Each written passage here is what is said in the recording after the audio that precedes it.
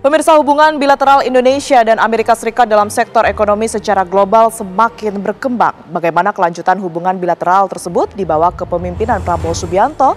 Berikut wawancara Vena Kintan bersama Duta Besar Amerika Serikat untuk APEC, Matt Murray. U.S. Ambassador for APEC, Your Excellency Ambassador Matt Murray. Thank you so much for your time. Thank you. It's great to be back in Jakarta. Mr. Ambassador, talking about economic cooperation, how would you describe in current progress in economic cooperation between the United States and the Asia-Pacific region? Well, I think obviously the last few years we faced a lot of challenges together. We had the COVID pandemic. We are facing a climate crisis. We have Russia's invasion of Ukraine.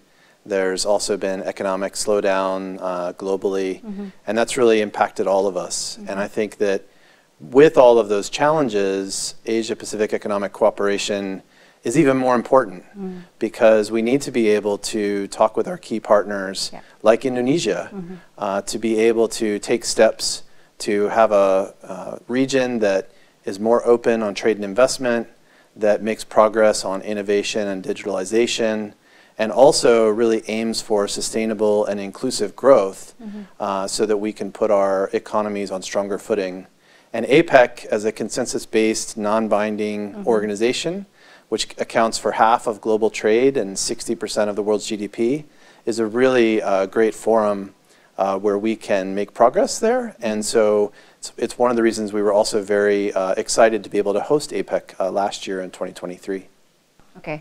Mr. Ambassador, my next questions for you is about the advancement of technology and electronic communication has pushed the global economy towards digitalization. We are now getting more and more familiar with the digital economy. So what do you think of its implementation in the Asia-Pacific?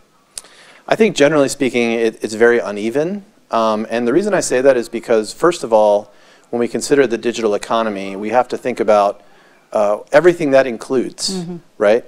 That includes e-commerce, that includes mobile payments, that includes cross-border data flows, that includes artificial intelligence, that includes being able to have digital standards and cloud computing and all of these different things. So when we talk about the digital economy, first of all, that's a huge area.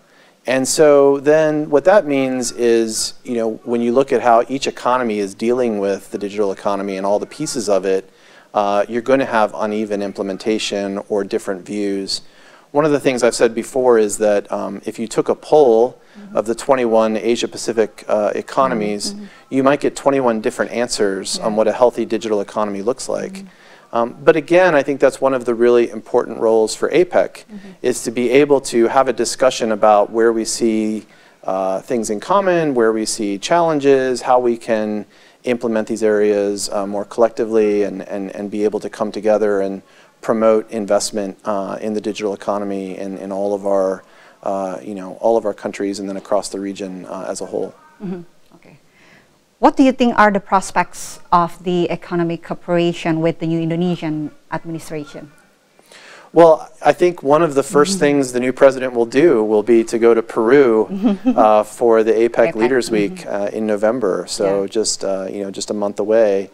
And so, I think, again, this goes back to this long-standing, strong U.S.-Indonesia relationship, now 75 years in the making, that, we are able to have that strong coordination with our Indonesian counterparts.